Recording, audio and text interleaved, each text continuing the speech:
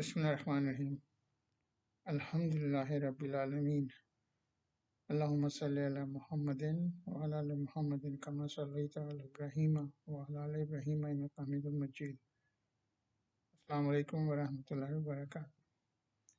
دنیا میں مسلمانوں کی اکثریت جب قرآن پڑھتے ہیں تو وہ قرآن عربی میں پڑھتے ہیں بغیر سمجھ کے، کیونکہ اکثریت جو ہیں ان کو عربی سمجھ میں نہیں آتی ہے۔ وہ صرف اس لیے پڑھتے ہیں کہ ان کو اس کو پڑھنے کا اجر ملتا ہے۔ یقیناً قرآن کو عربی میں پڑھنے کا اجر ہے، اور اجر بھی بہت ہے۔ ایک لفظ جو ہے اس کی 10 نیکیاں کا اجر ملتا ہے۔ لیکن قرآن اللہ تعالیٰ نے صرف اسی وجہ سے نازل نہیں کیا۔ قرآن جو ہے وہ ایک طرح سے ہماری زندگی گزارنے کی کتاب ہے کہ ہمیں اسے کیسے زندگی گزارنے چاہیے۔ کو بغیر سمجھے ہم اس سے فائدہ نہیں اٹھا سکتے۔ یہ بھی ایک شیطان کی چال ہے کہ وہ مسلمانوں کو نہیں چاہتا کہ قرآن کو پڑھ کے سمجھیں، کیونکہ اگر وہ سمجھ کر پڑھیں گے تو ان کو شیطان کی ساری چالیں معلوم ہو جائیں گی، تو وہ ان کو بہکاتا ہے کہ تم اس کو سمجھ کے نہیں۔ آئیے میں آپ کو چند وجوہات بتاتا ہوں جو کہ قرآن کو سمجھ کے پڑھنے کے لیے۔ جب آپ قرآن کو سمجھ کے پڑھیں گے تو آپ اس کی جو آیات ہیں، جو صورتیں ہیں، ان کو سمجھیں گے تو آپ ان پہ غور و فکر کریں گے۔ پھر آپ کو زندگی کا صحیح مقصد معلوم ہوگا کہ ہمیں اللہ تعالیٰ نے کیوں پیدا کیا۔ آپ اس میں سے جو اللہ تعالیٰ نے بہت ساری پچھلی قوموں کی قصے اور کہانیاں بیان کی ہیں، آپ اس سے سبق حاصل کر سکتے ہیں۔ آپ جب قرآن کو پڑھیں گے تو اس میں واقعی حیران کن اور آنکھیں کھول دینے والی باتیں آپ کو ملیں گی سائنس کی، کہ جو اللہ تعالیٰ نے ان کا ذکر قرآن میں کیا ہے، جو کہ سائنس نے چند سو سال کے اندر ان کو ڈسکور کیا ہے، اور قرآن میں وہ 1400 سال پہلے سے موجود ہیں۔ آپ کو یہ بھی معلوم چلے گا کہ کوئی سورہ یا کوئی آیا قرآن میں کن حالات میں نازل ہوئی۔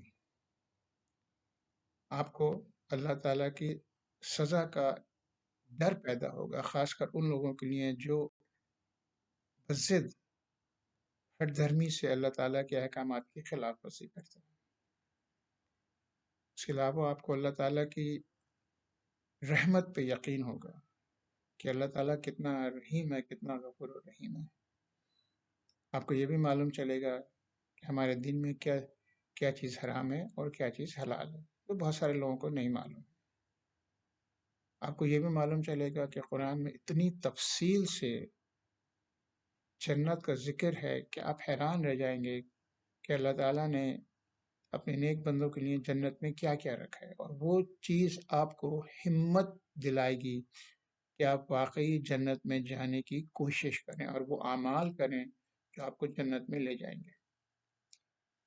اس کے علاوہ بھی قرآن میں جہنم کی بھی اسی طرح سے بہت تفصیل موجود ہے، تاکہ وہ پڑھ کے آپ کے اندر ایک ڈر پیدا ہو کہ نہیں، مجھے ایسی جگہ نہیں جانا ہے اور مجھے ایسے اعمال نہیں کرنے ہیں کہ جو مجھے جہنم میں لے جائیں۔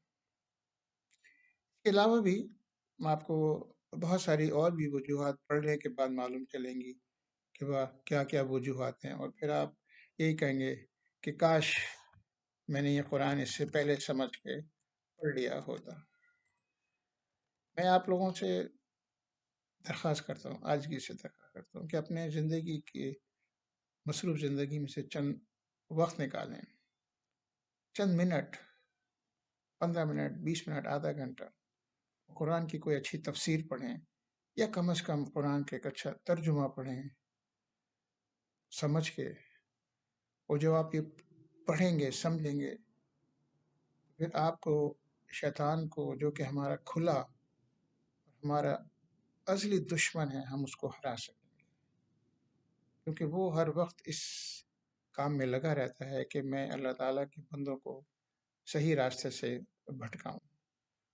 اور قرآن نہ سمجھ کے پڑھنا یہ بھی اس کی ایک چال ہے۔ امید ہے آپ میری بات پہ عمل کریں گے۔ السلام علیکم ورحمۃ اللہ وبرکاتہ۔